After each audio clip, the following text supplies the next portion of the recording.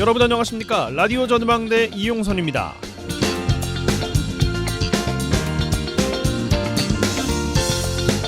나라와 민족에 대한 충렬을 드러내는 날 현충일입니다. 그런데 요즘은 국기를 개양해야 하는 국가기념일이나 국경일에도 태극기를 건 집을 찾아보기가 힘든데요. 오히려 3.1절의 한 아파트에서 일장기가 걸려서 논란이 됐던 적이 있었죠. 지난달 기시다 후미오 일본 총리가 국립서울 현충원을 찾아서 참배했을 때 일장기가 개양되기도 했습니다. 나라의 정상이 방문하면 그 나라 국기가 개양하는 것은 공식 의전이라고 해도 독립운동가들이 잠들어 있는 곳에서 침략 당사국의 국기가 개양되는 것이 자연스럽진 않은 것 같습니다. 90년대까지만 해도 등교할 때 가슴에 손을 얹고 국기에 대한 맹세를 하고 들어가야 했었습니다. 휘날리는 태극기만 봐도 괜히 가슴 멍클해지는 것이 올라온 적도 있었는데 이 언젠가부터는 태극기가 정치화되면서 다는 것도 부담스럽다 이런 분들 많아졌습니다. 그런데 알고 계셔야겠습니다. 현충일에 태극기를 다는 것은 순국 선열과 국가에 고맙다라고 표현하는 한 방법이라는 말이 있습니다. 감사의 마음을 담을 수 있는 태극기가 되기를 예전 그때처럼 태극기를 다는 것 자체가 자긍심이 될 수 있기를 바라겠습니다. 오늘 라디오 전망대가 준비한 소식입니다. 지역 소식들 뉴스브리핑 통해서 들어보고요. 매주 화요일 코너 언더독 문화산책 차례로 이어집니다. 잠시 후에 뵙죠.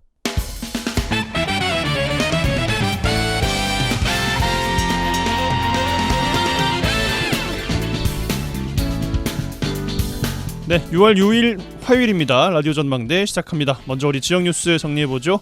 뉴스브리핑 GBS 뉴스의 차범준 편집장과 함께합니다. 전화 연결돼 있어요. 안녕하십니까? 네, 안녕하세요. 네, 자 순천에서 시작합니다.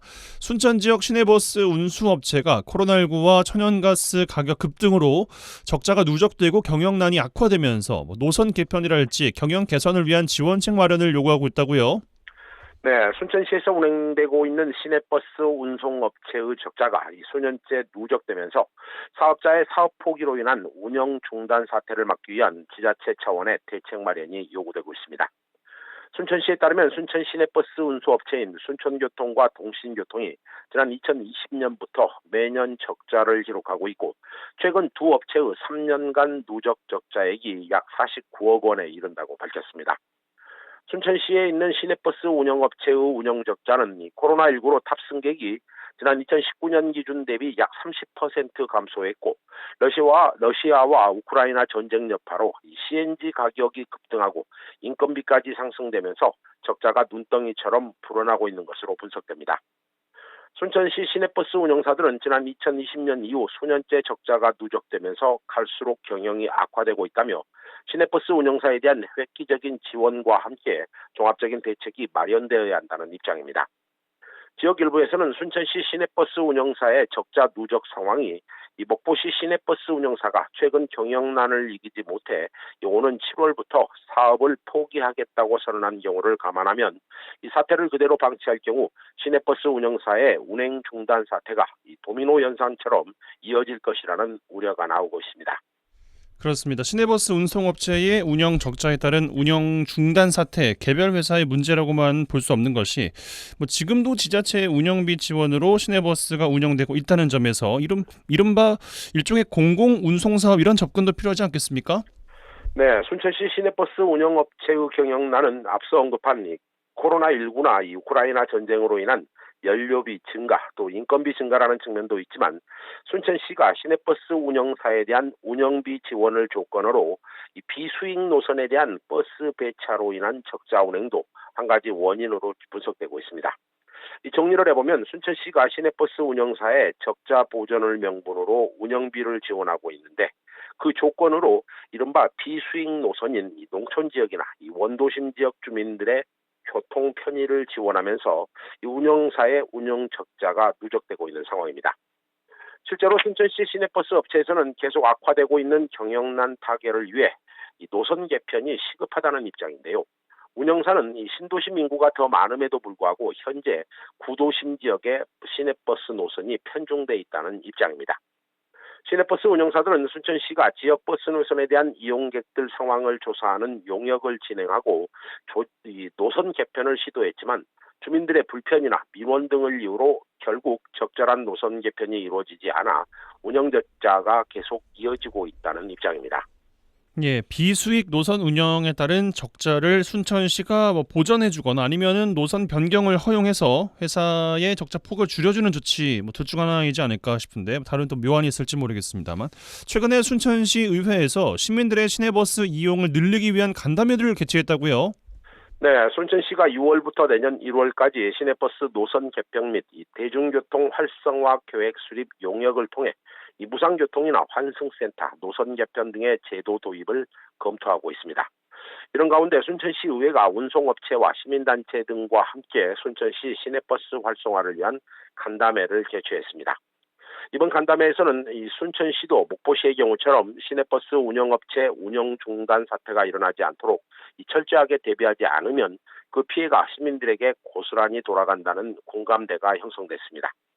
간담회에서는 순천시 시내버스 운영업체들로부터 현재의 경영난에 대한 상황을 청취하고 순천시 대중교통 이용자들이 교통 혼잡도를 줄이고 또 대기 환경 개선 등에 기여하고 있기 때문에 이들을 우대하는 시책이 필요하다고 의견을 모았습니다. 간담회 참석자들은 시내버스 보조금 지원과 함께 시내버스를 이용하는 수요자들에게도 이 적절한 지원이 이루어질 수 있도록 하고 시내버스 정류장에 자전거 거치대를 설치하거나 불법 주정차 단속, 출퇴근 시간대에 버스 전용 차선 도입 등 순천형 교통 체계를 마련해야 한다는 제안이 나왔습니다. 예, 그렇군요. 순천에서 뭐 박람회 개최되고 있는데 시내 일원의 교통 정체가 생각보다 원활한 것이 시민들의 시내버스 이용이다 이런 분석도 나오고 있다는군요. 시민들의 시내버스 이용률을 높이기 위한 적극적인 시책 마련도 말씀하신 것처럼 필요할 것 같습니다.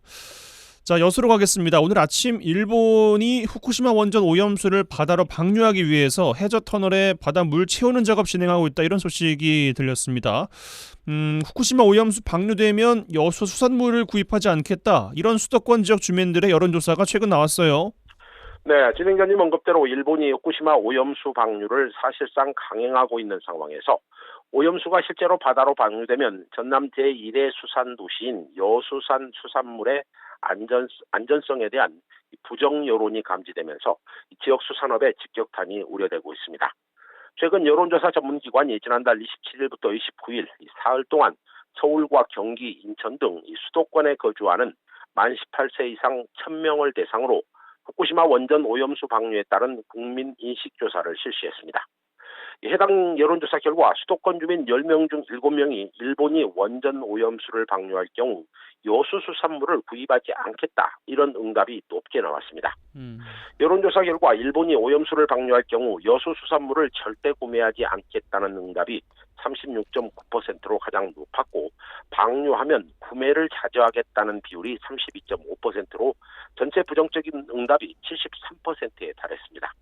이 방류와 무관하게 계속 구매하겠다는 응답은 24.2%에 그쳤습니다. 그러게 말이에요. 참 이게 누가 잘못한 건지 모르는 것인데 참 여론조사에 여수 지역 수산물이라는 조건을 제시한 조사였습니다. 그런데 실제로는 뭐 국내 전 수산물에 대한 우려가 뭐 크지 않겠습니까? 수도권 지역 주민들이 높은 비율로 여수 지역의 수산물을 구매하지 않겠다는 결과 지역 수산인들로서는 정말 그야말로 충격 아니겠습니까?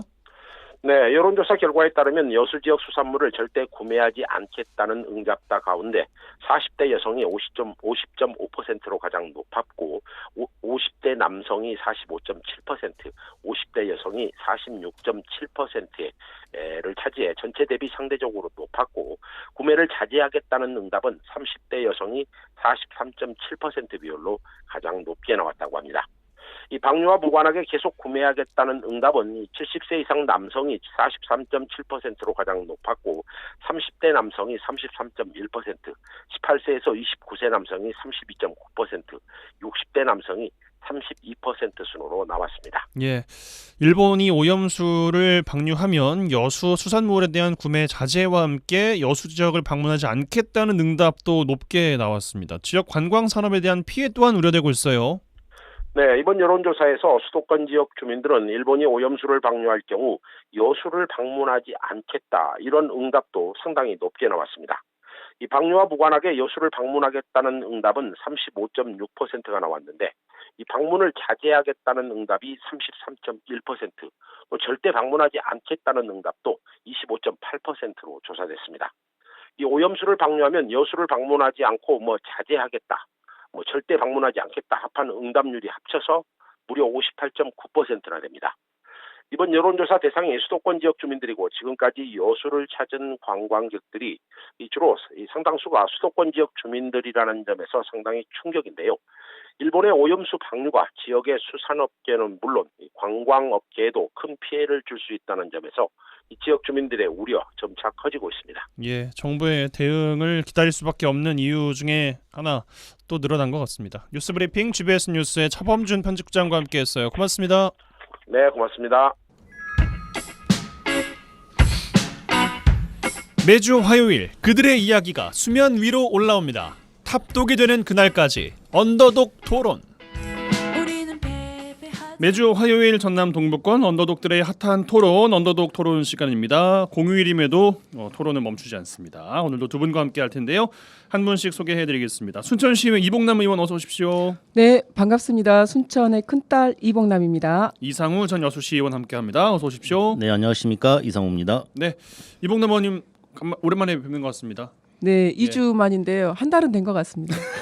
아, 그렇게 바쁘셨어요? 네, 많이 보고 싶었습니다. 뭐 때문에 바쁘셨어요? 근황 여쭙겠습니다. 네, 의회 일정으로도 많이 바빴고요. 주말에도 또 행사들이 있어서 참여하느라고 좀 바빴는데 저희 그 도시건설위원회에서 지난번에 택시업계 활성화 간담회를 했는데 네. 또 지난주에는 또 시내버스 활성화 간담회를 좀 했습니다. 안 그래도 여쭤보고 싶었는데 네. 앞서 브리핑 시간에 시내버스 관련된 이야기들 신도심의 노선이 많이 없다, 그리고 지원이 좀 약해서 운영하기가 힘들다, 뭐 이런 이야기들 아니었습니까? 이제 노선 문제도 있고 재정 문제도 있고 그러는데 네. 이거는 이제 전체적인 이제 대중교통 운영 관련해서 시내버스에 있어서 이제 한 축이고 전반적으로는 이제 생태교통과 관련해서 이제 우리 시에서 정책적으로 대중교통, 자전거, 걷기 이 전체적인 틀 안에서 특히 대중교통에 있어서 시내버스를 어떻게 활성화할 것인가가 제일 좀 관점인 것 같아요. 네. 그래서 지금 시에서 용역을 하고 있는데 사실 용역을 하게 되면은 용역만 딱 하고 멈추는 경우가 많아서 이번에 이제 저희 의회에서는 실제 이제 우리 순천시가 생태교통 그리고 생태수소를 표방을 하고 있고 점차적으로 그렇게 가고 있기 때문에 지금 안 되고 있고 시급하게 해야 될 부분이 이제 이 생태교통 문제거든요. 그래서 이 부분에 있어서 좀 집중해서 좀 더 주도적으로 우리 시가 해야 된다. 여기에 조금 초점을 갖고 이번에 간담회를 좀 갖게 됐습니다. 네, 알겠습니다. 또 유의미한 결과들이 앞으로 좀 이어지기를 바라겠습니다. 예.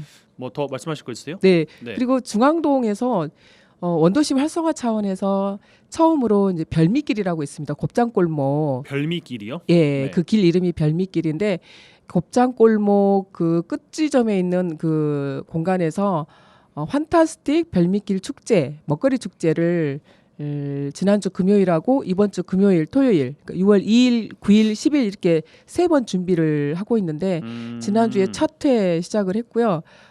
전국에 있는 관광들의 PD님들께서 한 100여 분 정도 같이 참여를 했는데 처음 시도한 거라서 약간 신선하기도 했지만 또 여러 시스템이라든지 먹거리 좀 준비하는데 좀 보완점들도 많이 보이고 해서 시작할 때부터 끝까지 좀 있으면서 다음 주에 좀 이번 주에 운영하게 될 별미길 먹거리 야시장 관련해서 좀 이렇게 지켜보고 이번에 운영할 때 조금 얘기를 좀 하려고 종일 좀 있었습니다. 중앙동에 곱창 거리가 있어요? 곱창골목이 있습니다. 곱창 골목이 있어요? 예, 아주 오, 맛있습니다. 그래요. 다음번에 순천에 오시면 제가 네. 그쪽으로 모시겠습니다. 아, 곱창 골목이라는 곳이 있군요. 네. 예. 처음 들어봐서 또 이야기를 들어봤습니다. 네. 이상원님 어떻게 지내셨어요? 그 지난주에 그 친구들이 이제 많이 멀리 떨어져 있는데요. 군산에 있는 친구와 이제 친구들 좀 초청해서 뭐 골프장 잡았다고 골프를 한번 치자 그러더라고요. 요즘에 골프 인구가 진짜 많이 늘었어요. 네, 정말 많더라고요. 네. 거의 저희들이 한 6시에 쳤거든요. 그때부터 사람들이 많더라고요. 그래서 이제 아침 6시요? 예, 6시 20분에 쳤습니다. 아직 저는 골프 인구가 아니어서 그런지 모르겠지만 예. 야 골프 치려고 그렇게 새벽같이 나가야 되나 싶긴 한데 이게 군산 CC에 쳤는데 그게 대중제 골프장이거든요. 그래서 좀 싸더라고요. 그래서 재밌게 쳤는데 치는 중에 13번 홀에서 친구가 파3에서 홀인원을 해버리네요. 오. 다행히 이제 친구가 그 보험을 안 들어가지고요. 어떤 행사는 안 했는데 이게 홀인원을 하면은 그 친 분뿐만 아니라 옆에 같이 주의했던 분들도 3년 동안 지수가 좋답니다. 아 그렇군요. 그래서 한번 3년 동안 지켜봐야 돼요. 그러니까요. 지난주에는 그 쳐야 될 시험도 잘못 신청하셔가지고 그랬었는데 아무튼 최근에 또 좋은 일이 있었으니까 미리 갔다 왔었어요. 제가 잘못 갔다 왔어요. 액땜했다고 생각하시면 되지 않을까 네. 생각이 들면서 자 근황 토크 나눠봤고요. 오늘 주제로 좀 넘어가 보겠습니다. 제가 드리는 주제 전남도의 예산 집행 부적절 관련된 이슈입니다. 최근에 전남도 의회에서요. 전남도 기획조정실 예산 결산 승인 심사를 했는데 예산 집행이 부적절하다 이런 지적이 나왔습니다. 예산을 확보를 해놨는데 안 쓴 돈이 너무 많다는 거예요. 애초에 필요하지 않은 사업 예산을 너무 많이 확보해놨다고 봐야 될지 아니면은 뭐 일을 부지런히 하지 않았다고 봐야 될지 예산 심의기관에서 철저하게 검증을 하지 못한 건지 아니면 이게 뭐 한두 가지의 독립적인 문제가 아니라 복합적인 문제로 봐야 될 것인지 두 분과 함께 이야기 나눠보겠습니다. 간략하게 이야기를 좀 요약해드리면 지난해 전남도 명시 2월액이 98건이었습니다. 1679억 원, 사고 2월액이 66건에 338억 원. 그러니까 합치면 2천억이거든요. 이걸 못 썼다는 겁니다. 그것도 좀 의아한 부분인데 뭐 명시 2월, 사고 2월 이 용어도 좀 어렵긴 해서 뭐 두 분 또 잘 아실 것 같으니까 또 설명을 좀 해주시면 좋을 것 같고 2월에 대한 용어 이건 뭐 일단 못 써서 넘긴다는 거 아니겠어요? 이상무 의원님께 좀 부탁드릴까요? 일단은 그 예산이 성립이 되면은 일반인들은 그 예산이 그에 다 사용된 걸로 알고 있는데 그렇지 않습니다. 시간 사고가 생길 수도 있고 준공이 덜 돼서 내년으로 넘길 수 있고 2월이라는 게 내년으로 넘긴다 이 네. 뜻이거든요. 그래서 명시 2월하고 사고 2월 또 계속비 사업 세 가지로 나눠지는데 명시 2월은 어떤 특별한 사고가 없습니다. 그래서 올해 예산을 썼는데 내년에 준공이 다가오는데 원래 올해 준공했어야 되는데 못했던 내용을 올해 이렇게 말로 12월에 예산이 성립되지 않습니까? 11월에 의회 승인을 받습니다. 그래서 명시 2월을 시키고요. 사고 일반적인 2월이 명시 2월인 예, 명시 거예요? 2월입니다. 그리고 사고 2월은 뭔가 사고가 터진 거예요. 네. 이게 사업을 진행해야 되는데 농로 포장을 해야 되는데 주민들 확약서가 없다. 이 사업을 못하는 거 아닙니까? 네네. 내년은 이제 사고 2월 시키는 거죠. 이런 것을 사고 2월이라고 계속비 2월은 계속적으로 3개년간 계속 사업하는 것을 계속비 사업이라고 하고 있습니다. 네. 이봉남 의원님 이 예산이 그러니까 물론 전남도니까 뭐 2천억 정도라고 이제 규모를 말씀을 드렸는데 이걸 다 못 썼다는 것은 어떤 의미로 좀 해석을 하고 계세요? 이제 그 던져주신 주제가 이번에 전라남도의 이제 전년도 결산검사 그 심의 과정에서 나온 사항이더라고요. 제가 이제 어제 확인을 해보니까, 근데 방금 그 주제로 던져준 그 명시월하고 사고 2월 건수와 액수가 많은 것도 문제이기 좀 하지만 네. 실제 그 이번에 문제가 좀 됐던 것은 작년도 그러니까 22년도 보통 교부세 추가분이 있는데 이걸 세입 조치를 안 했다라고 하는 게 제일 큰 이번에 좀 지적사항이었던 것 같아요. 그러니까 작년 7월에 보통 교부세가 한 2,450억 원이 이제 보통 교부세로 내려왔는데 네. 이거를 예산 총계주의라고 해서 그 해에 발생하는 세입은 그 해의 세출로 이렇게 하도록 되어 있는 예산 총계주의라고 하는 원칙이 있거든요.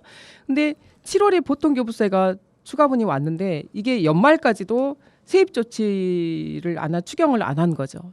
이게 제일 큰 이제 이번에 지적 사항이었고 두 번째는 방금 이제 얘기한 명시라고 사고 2월 건수도 많지만 이제 액수가 좀 이렇게 많아서 이 두 가지 2월액이 과다 발생한 부분에 대해서 이제 강하게 이제 질타를 했고 전라남도 의회에서 이건 굉장히 뭐 회계질서 문란이라고 하는 표현까지 쓸 정도로 좀 심각한 문제다라고 하면서 뭐 보도자료를 좀 낸 것 같아요. 예.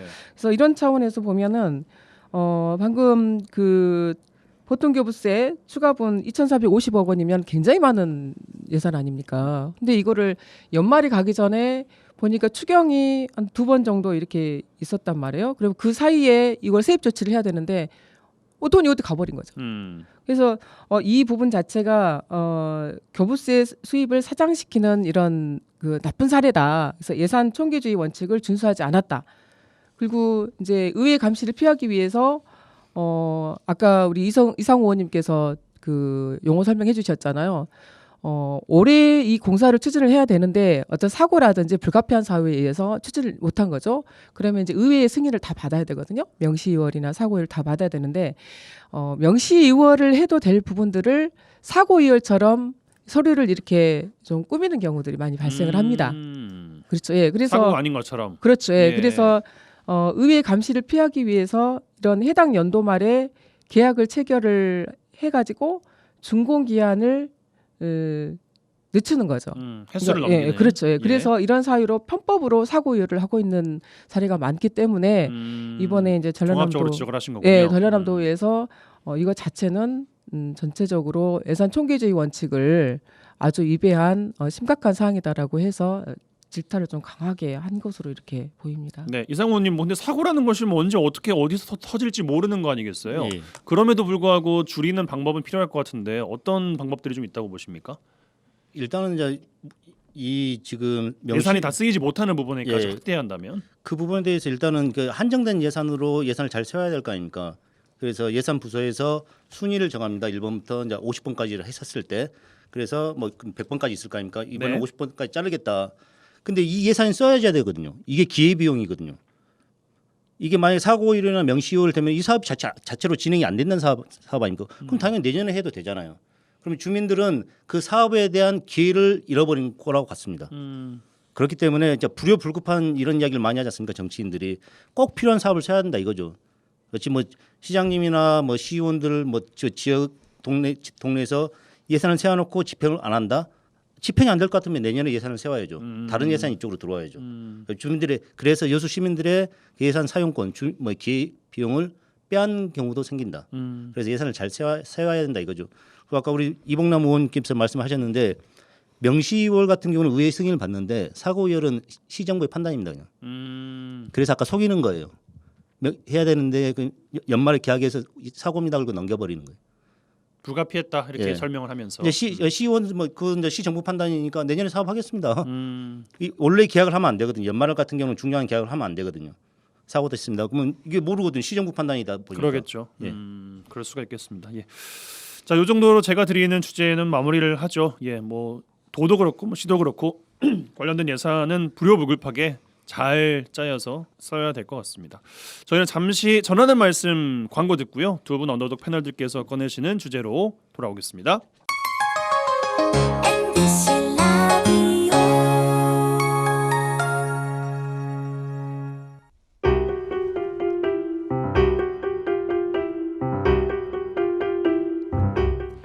지역 뉴스 1시간 안에 정리해드립니다. 재미있고 편한 뉴스. 지역 시사는 역시 이용선의 라디오 전망대.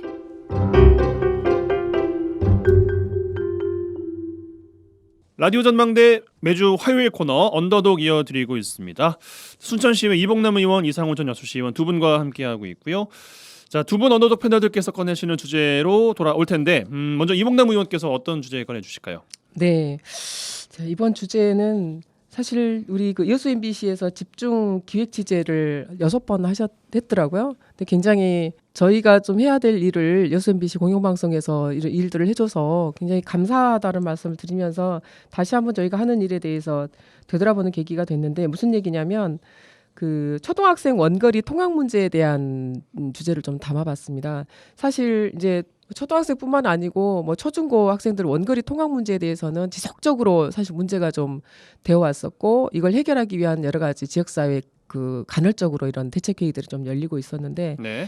이번에 이제 순천 그 초등학생 원거리 통학 관련해서는 그 전보다 최근에 들어서 1, 2년 사이에 최근에 들어서 더 많이 잦아졌고 통학거리가 더 이렇게 멀어지면서 더 심각한 원거리 통학 문제가 현실적으로 지금 대두되고 있고 굉장히 시민들 그리고 주민들 사이 그리고 학생들이 어려움을 많이 겪고 있는 그 그 현실이어서 원거리 통학 문제에 대한 또 근본적인 어떤 대책이 좀 필요하다 이런 차원에서 다시 한번 제가 상기시키는 차원에서 주제를 좀 담아봤는데 네.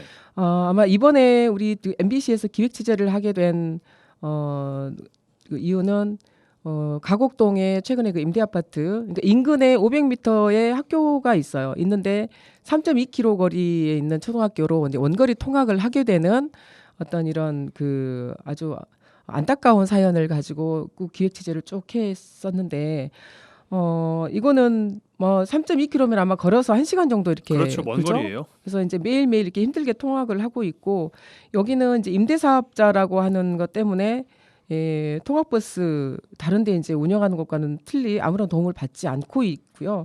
특히 이제 초등학생들이 통학 거리가 길어지면은 뭐 알다시피 빨리 일어나야 되고 그래서 그렇게 되면 이제 성장한다든지 건강에 여러 가지 악영향을 줄 수 있잖아요.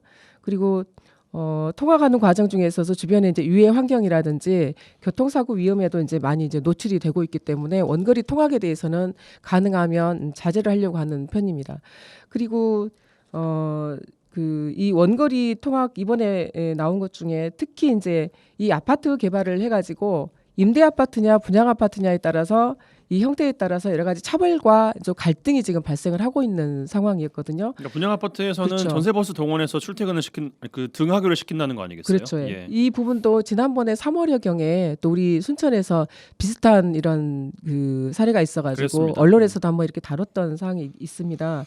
그래서 이 부분 같은 경우도 이제 임대 아파트 사업자에게 학교 시설 비용 부담가 없다는 이유로 또 학생들이 이런 그 대책 없이 고통을 받아야 되는가라고 하는 부분에 대해서 여러 가지 의문이 좀 되고 있고 예. 이제 이 부분뿐만 아니고 이 학생들의 등하교에 따른 여러 가지 다양한 위험이 지금 노출되어 있기 때문에 이 법뿐만 아니고 지역의 이런 그 안전한 통학로 확보 그다음에 교통시설이라든지 이런 부분에 있어서 관련 법이나 제도가 계속적으로 지금 정비되어 가고 있는 추세이거든요. 네. 그럼에도 불구하고 이 원거리 통학 문제는 그렇게 많이 개선이 안 되고 있다라고 하는 부분에 있어서 최근에 좀 큰 이슈가 아닌가 생각합니다. 알겠습니다. 이상무 의원께 이 관련된 이야기 총평 여쭙겠습니다. 여수도 이제 이런 문제가 있는데 지금 현재 이제 웅천 지역 같은 경우는 최근에 지금 예울초등학교가 개원을 했지 않습니까? 이제 거기는 지금 웅천에는 지금 2개의 초등학교가 있거든요. 1개의 중학교가 있고. 근데 지금 웅천 지역의 주민들께서는 웅천 3개 됐지 않나요? 그러면 3개? 예, 3개 됐는데 네. 이제 중학교 문제가 발생한 거예요. 그렇죠. 중학교도 하나 더 만들어 주라 부지가 좀 있거든요. 초등학교 부지, 중학교 부지 있는데 이제 교육청에서는 중학교는 신설이 안 된다. 한 곳이 이동을 하든가 폐교가 되면은 이쪽으로 맞아요. 지어주겠다 이런 식으로 말씀하시더라고요. 근데 정말로 중요하거든요. 지금 아까 말씀 1.5km 이상을 통학을 한다 학생들이 그럼 말이 안 되거든요. 근데 지금 조례초 같은 경우는 3.5km를 그것도 800여 명의 학생들이 매일 통학을 한다. 800여 명 되면 학교 하나 지어줘야죠.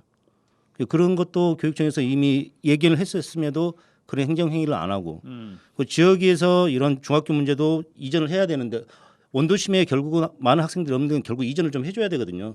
그것도 지역민들로 나서지만 결국 교육청에서 이 문제를 해결해 줘야 되거든요. 예. 근데 교육청에서는 이 문제를 17년 동안 그 학구 조정에 대해서도 손 놓고 있었는데 이런 문제도 당연히 뭐 지역사회에서 알아서 해라. 그럼 우리는 따르겠다. 이런 좀 어떤 방관자적인 이런 자세 이런 게 좀 바뀌어져야 되지 않을까 이런 생각합니다. 관련해서는 뭐 시에서 그럼에도 허가를 내준 부분, 뭐 교육청에서는 알고도 방치하고 있었던 부분, 이 두 가지가 또 지적이 되기도 하던데 교육청도 전담 조직 꾸려서 대책 마련을 하고 있더라고요, 이봉남 의원님. 네, 그래서 어떻게 좀 마무리를 지어야 된다고 생각하십니까? 사실 이 부분은 이제 지자체와 교육청이 저는 같이 이 정책적인 부분들에 있어서 같이 봐야 된다고 생각을 합니다. 이제 교육청만의 문제는 아니거든요. 예. 지금 요 문제가 터진 것은 근 1, 2년 사이에 신규 아파트들이 대거 지금 지어지면서 그동안에 그 쭉 진행돼 왔던 부분들이 다 헝클어진 거거든요. 이게 도시 기본 계획 사실 수립하고 변경을 할 때 의회에서도 여러 가지 목소리를 내거나 이걸 조정하는 데 있어서 좀 제한적이고 그렇기 때문에 이 도시 계획을 하고 도시 개발을 하는 데 있어서 그 개발업자 그러니까 개발업자들에 의해서 많이 이 신규 아파트들이 많이 생기기 때문에 이런 현상이 저는 많이 생긴다라고 생각을 하는데 특히 이제 그 이번에 관련해서 뭐 전라남 도의회에서는 뭐 김진남 도의원님께서 또 이렇게 통학구역이라든지 이런 안전한 통학 대책을 위해서 여러 가지 이제 조례 개정 문제도 지금 준비를 하고 있더라고요. 그리고 이제 교육청에서 전담팀을 구성을 하는데 저는 이제 그 전에 우선적으로 그 지원청에서 학군 조정이 가능하거든요.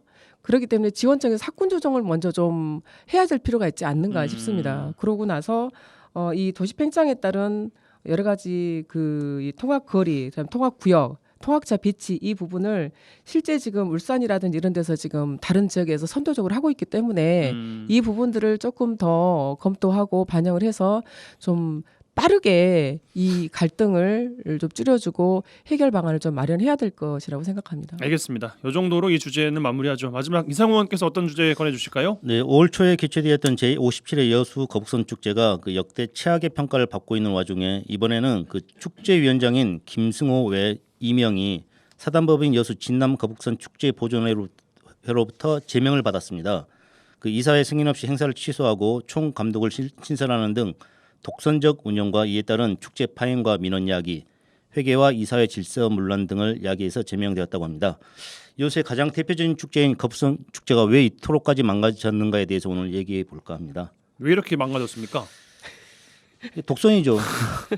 이게 지금 곡선이라고요? 사단법인 축제 보존회 있지 않습니까? 네, 그 네. 밑에 축제위원회가 있어요. 그렇죠. 거기 위원장이 김승호 씨거든요. 근데 그분이 전 시의원 출신이시고. 예, 전 시의원 출신이죠. 그래서 이게 5월달에 많은 그 미디어를 통해서 문제점이 이야기가 됐지 않습니까? 어떻게 보면 통제형 길놀이가 여수 거북선 축제의 하이라이트거든요. 3일 전부터 비예보가 됐다면 안 했어야죠.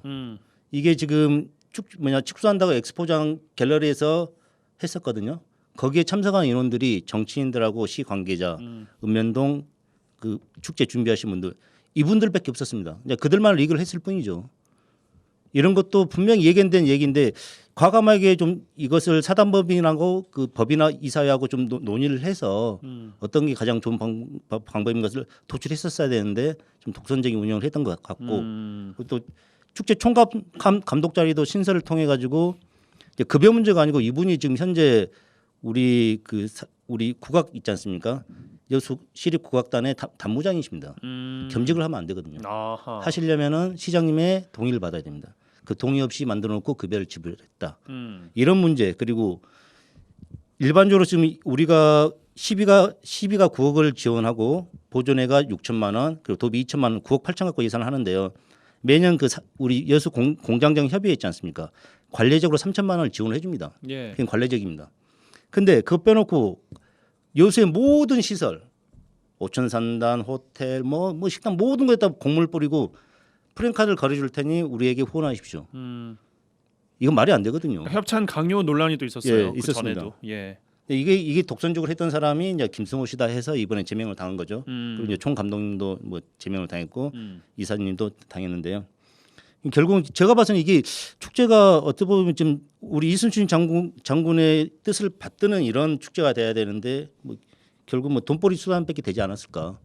그래서 이런 그 역사성이나 정체성을 살리는 방향이 무엇이었는가 이런 부분도 다시 한번 검증이 필요하지 않을까 이 생각합니다. 네, 관련 논란은 이봉남 의원께서도 좀 보셨죠? 네, 어떤 맞습니다. 의견 갖고 계십니까 혹시? 이게 지금 올해가 아까 57회입니다. 57회라고 하셨는데 굉장히 57회면은 역사성으로 보면은 근 반백년에 대해 이르는 역사 있는 축제인데 축제가 이렇게 많은 회차를 갖고 있는 것을 찾기 쉽지 않죠. 그렇죠. 예. 굉장히 저는 이제 있으면서 사실은 살려나가야 될 축제라고 생각이 드는데 지금 뭐 기업 협찬비라든지 또 정산이 좀 안 됐다라는 이런 내용도 좀 본 것 같아요. 근데 네. 여기에 사업의 전체 거의 부분을 시에서 지금 지원을 받는 걸로 되어 있는데 이거는 의회에서 시도 그렇고 의회 그다음 지역사회에서 이 부분은 다시 좀 그 골문 부분들은 도려내야 되지 않는가 싶습니다. 그래서 중단하더라도 한 번 정도 중단하더라도 거북선 축제 제대로 가고 있는가를 진단을 해서 이 거북선 축제 이순신 장군의 사실은 그 청렴 결백하고 어떤 이런 그 의미를 좀 살리는 차원에서 축제가 돼야 되기 때문에 한번 골맞는 부분을 도려내는 한번 쉬더라도 뭐 2년 시도라도 어쨌든 간에 제대로 된 축제가 될 수 있게끔 하는 부분이 지역사회에 논의가 좀 필요한 사항이 아닌가. 뭐 제가 옆 동네이기는 합니다만 정말 필요하다는 생각을 좀 가졌습니다. 네, 라디오 전망대에서도 축제 한 일주일 전쯤에 문화산책 통해서 관련 이야기도 좀 전해드리면서 좀 이렇게 잘 됐으면 좋겠다라고 했는데 그 후에 이제 비 예보가 바로 잡히더라고요. 네. 그래서 어떻게 하려나 싶었는데 결국 강행이 됐었고 또 말씀하신 여러 가지 또 사태가 나타나게 됐습니다. 그리고 이봉남께서 말씀 주셨는데 작년 축제 그 지원금도 여수시의 지원금도 정산이 다 안 된 상태에서 또 지급이 됐다라는 논란도 있었고 네. 이런 내용들도 있었잖아요. 그래서 지금 여수시의회가 지금 내일부터 다시 정례가 개원되거든요. 예. 이게 지금 결산하는 그 회입니다. 회차거든요. 지금 작년에 정산서가 결산이 안 됐고 결산이 안 된 상태에서 지금 결산서가 올라온 겁니다. 이제 확인을 해보니 미비점을 보냈는데 아직도 그것도 시장님의 사인이 아직 안 난 상태입니다. 그럼 결산서에 그게 담겨지면 안 되거든요. 그 부분도 분명히 누군가 어떤 의원님들이 또 문제 제기를 하겠죠. 그러면 결산이 안 됐으면은 시 보조금이 다시 나가면 안 되거든요. 당신네들이 1년 동안 그 예산을 어떻게 쓴지도 모르는데 또 나간다? 이것도 분명히 어떤 특혜거든요. 뭔가 보이지 않는 손이 작용했다. 저는 이리 보고 그래서 앞으로 여수시하고 여수시의 총체적인 검증이 필요할 것이고 여수시의 역할도 이번 정례를 한번 지켜봐야 할 것 같습니다. 네, 좀 창피해요 개인적으로는 지역민의 입장에서. 이 전남도 대표 축제 중에 손꼽히는 축제잖아요. 전국 축제입니다. 전국적인 축제이기도 하고 네. 그러니까요. 근데 이거 이렇게 사태 나가지고 전국 축제입니다라고 자랑할 수가 있겠어요? 작년에는 35만 명이 왔는데 올해 2만 4천 명 오셨더라고요. 그러니까요. 그 이제 비가 왔다고는 예, 하지만 기후적인 문제인데요. 그렇다 하더라도 이 문제 지금 올해 같은 경우는 분명히 보조금을 다 사용 못했을 거 아닙니까? 네. 과연 이 정산도 어떻게 될 것인가? 이 부분도 시의원들이 분명히 나서서 해주셔야죠. 근데 어떤 이제 의회가 지금 민주당으로 다 구성되어 있고 뭐 이제 그런 부분도 작용하고 있는 거지 않을까 이런 생각도 들더라고요. 네. 이봉남 의원님 뭐 주실 말씀 더 있으십니까? 이제 뭐 같은 의견입니다. 이제 여수뿐만 아니고 또 다른 지역에도 또 이렇게 그 뭐 크고 작은 뭐 사례들이 또 있기도 하거든요. 그래서 이 부분은 인근 도시가 사실은 잘 되어야만이 또 우리 이웃 도시 뭐 순천이나 광양 그리고 옆에 우리 전라남도 전체에서도 이렇게 좋은 사례들이 퍼질 거라고 생각을 하고 이 부분은 여수에서도 이렇게 빨리 좀 해결이 돼서 정말 제대로 된 축제를 우리 지역민들도 좀 만끽을 했으면 좋겠다라는 이런 생각을 해봅니다. 알겠습니다. 언더독 토론 이번 주 이 시간 이렇게 마무리하죠. 순천시의회 이봉남 의원, 이상훈 전 여수시 의원 두 분과 함께했어요. 두 분 고맙습니다. 네, 감사합니다. 감사합니다.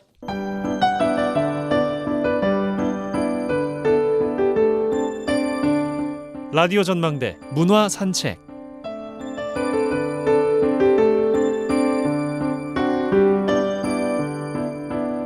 네, 문화 산책 시간입니다. 김지연 리포터 나와 계세요. 어서 오십시오. 안녕하세요. 네, 이번 주 어떤 분 만나고 오셨습니까? 네, 우리 그림인 민화를 사랑하는 김영희 민화 작가를 만나고 왔습니다. 예. 이 민화 영역도 갈수록 호응이 높아지면서 이 작가들의 국내외 전시회도 늘고 있는데요.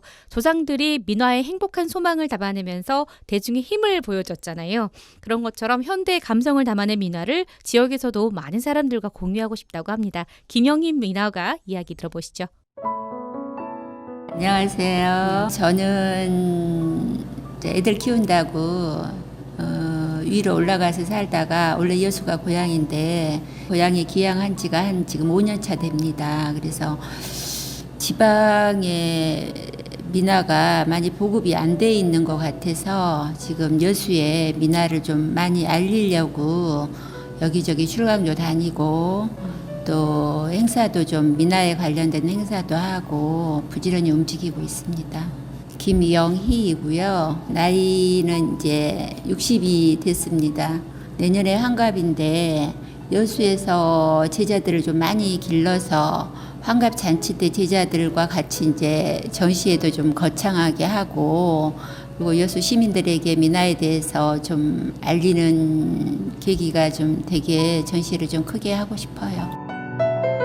선생님은 어떻게 민화를 처음 시작하셨을까요? 저도 아마 여수에 그대로 있었으면 민화를 접한 게 조금 늦었을 수도 있는데요.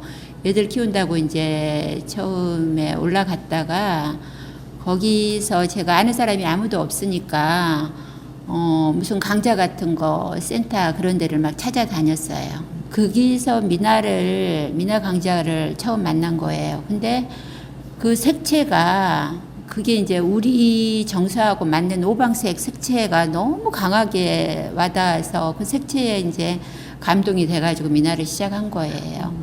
그래서 이제 애들 키우면서 같이 미나도 같이 저도 크게 된 거죠. 내가 아예 민화로 접어들어야겠다라고 결정을 했던 그런 계기가 있어요? 처음에는 그 색에 반해서 취미로 그냥 시작을 했지만 전혀 전공이 아니었기 때문에 색만 가지고 표현을 하는 게 나한테 만족이 없는 거예요. 더 갈구되고 그래서 세 군데를 걸쳐 다니면서 배접도 배우고 또 병풍도 배우고 옛날에 미나를 작품을 어떻게 만들었는지 그리는 거에서만 그치지 않고 작품을 완성하는 것까지 이제 이렇게 배우다 보니까 계속 더 배움에 대해서 강렬해지는 거예요. 배우고 싶고 더 알고 싶고 그러다 보니까 내가 이제 아는 게 좀 많아지니까 요것을 내만 알고 그냥 가지는 것보다 남들한테도 알려주고 싶다. 이제 이런 게 생겨서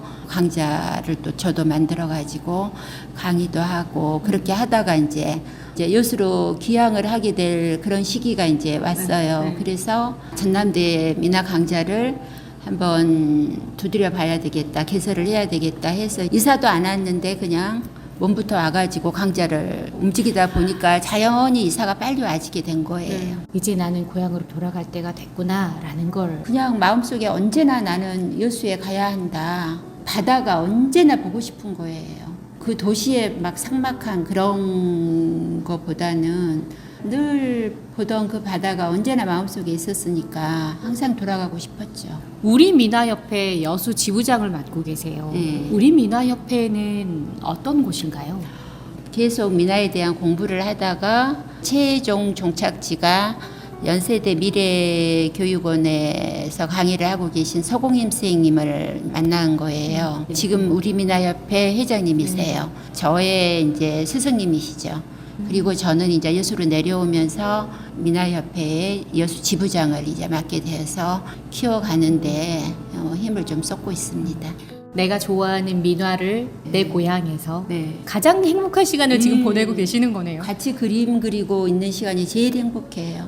우리 제자 선생님들하고 또 출강 나가서 그 선생님들하고 그림 그리고 서로 얘기하고 그림에 대해서 그런 시간들이 제일 제 시간 중에서 제일 행복한 시간이에요. 더 많이 알리기 위해서 이렇게 강의를 하시고 그런 기회들을 계속해서 만들고 계시더라고요. 네. 제자들하고 3회차 전시회를 했어요. 전남 학생회관 링갤러리에서 4월 달에 전시회를 했고요. 그 다음에 이제 가을에 여기 갤러리에서 전시회를 또 한 번 할 거예요. 11월에. 그리고 그렇게 이제 하면서 전시회를 통해서 여수 시민들한테 미나가 이런 거다 하고 이제 보여드리는 계기를 1년에 2번씩 지금 갖고 있고요. 그다음에 이제 지금 단오절에 예전에는 우리 조상님들은 단오절에 서로 부채를 서로 선물로 주고받는 그런 행사를 했었어요. 근데 이제 지금은 뭐 선풍기서부터 시작해서 에어컨까지 너무 이제 잘 돼 있는 그 냉방 시설 때문에 부채가 전혀 이제 사라져 버렸잖아요. 미나 보급 차원에서도 있지만 단오절에 대한 그런 거를 또 상기시켜주는 그런 것도 같이 함께 해보자 하는 생각으로 작년부터 미나 부채 행사를 지금 하고 있거든요. 6월 15일에 포에서 무료로 3차례 오전반, 오후반, 저녁반까지 온데이 클래스로 지금 계획을 하고 있습니다. 가장 좋아하시는 그림? 그 책가도가 제일 하여튼 마음에 들어요. 그래서 책가도 작업을 많이 했어요. 그래서 성격이 좀 꼼꼼해서 그런지 책가도는 시간이 좀 많이 걸리기도 하고 꼼꼼한 작업이 많아요. 조상님들이 소중하다고 생각했던 기물들, 물건들 그런 것까지 다 거기에 내가 갖고 싶었던 물건, 책 실질로 못 가지니까 그걸 그림으로 표현해서 내 안방에 뒤에 병풍으로 그려서 갖고 계시는 거예요. 그게 책가도의 의미가 예, 담겨 예. 있는 거예요. 아. 그래서 그 요즘 약간 그거를 변형시켜서 창작해서 명품들 그런 거를 그 책가도 안에 집어넣어서 창작 활동을 하는 분들도 계시더라고요. 그래서 소원을 담은 그림이라 그러잖아요. 그 우리 미나는 장난스럽게 명품백 이런 거 그리시는 분들이 있는 거 아니에요? 예, 진짜 그렇게, 그래요? 진짜 그래요. 예, 예. 그리고 이제 선생님 작품 중에 굉장히 그 눈이 반짝반짝 빛나는 호랑이 한 마리가 있었어요. 네. 선생님 그리시면서 무슨 생각을 하셨을까? 입구를 바라보고 있어요. 그 호랑이가 잡기가 못 들어오게 막아주고 그 다음에 들어오시는 그 손님들한테는 좋은 행운이 함께 하시라고 그 눈빛에다가 발현을 한 겁니다. 바람이 들어오는 방 열고 닫을 때 바람이 출입이 되잖아요. 그 방문에다가 그런 액막이 그림을 붙여놨어요. 의미가 다 있어요. 네. 그림마다. 그걸 찾아보는 재미도 있는 것 예. 그래서 소원을 담은 그림이라 그래요. 아이를 못 낳는 분들한테는 성류 그림, 다산을 의미하는 성류를 그려서 선물을 해주면 그리는 사람의 마음을 얼마나 기원을 하겠어요. 기도를 하겠어요. 그리면서 받는 사람도 그렇고 마음이 서로 연결되는 거죠. 요즘에는 어떤 작업들 하고 계세요? 지금 8월, 9월 2달간 돌산 시립도서관에서 기양인 여기서 활동하고 있는 선생님들 저희 모임이 3분 선생님이 저를 포함해서 3분 선생님이 계세요. 한 분은 서양화 하시고 한 분은 동화 작가 판화 하시고 그 선생님들하고 같이 2개월 동안 시립도서관에서 전시회를 할 거예요.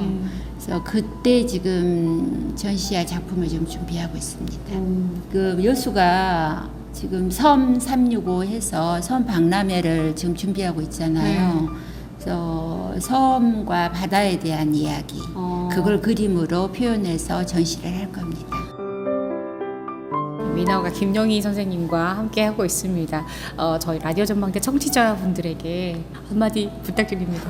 미나를 한 20년 공부를 했지만 작품 활동하고 하면서 따뜻하고 행복한 시간들을 많이 가졌어요. 그래서 여러분들도 저처럼 그렇게 그림을 문외한일지라도 시작하셔서 그렇게 행복한 시간을 함께 가지시면 정말 좋겠습니다.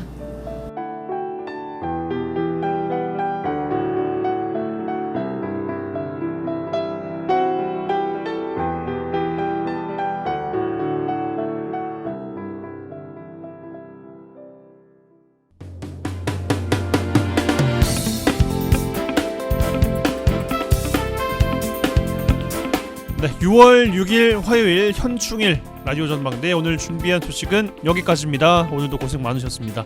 오늘 뭐 일하신 분들은 고생 많으셨다는 말씀 드리겠고요. 쉬셨던 분들은 모처럼 좀 푹 좀 쉬셨는지 모르겠습니다. 내일부터 시작되는 다시 일상들 잘 돌아가시기 바라겠고요. 내일 저녁 6시 5분에 다시 인사드리죠. 이용선이었습니다.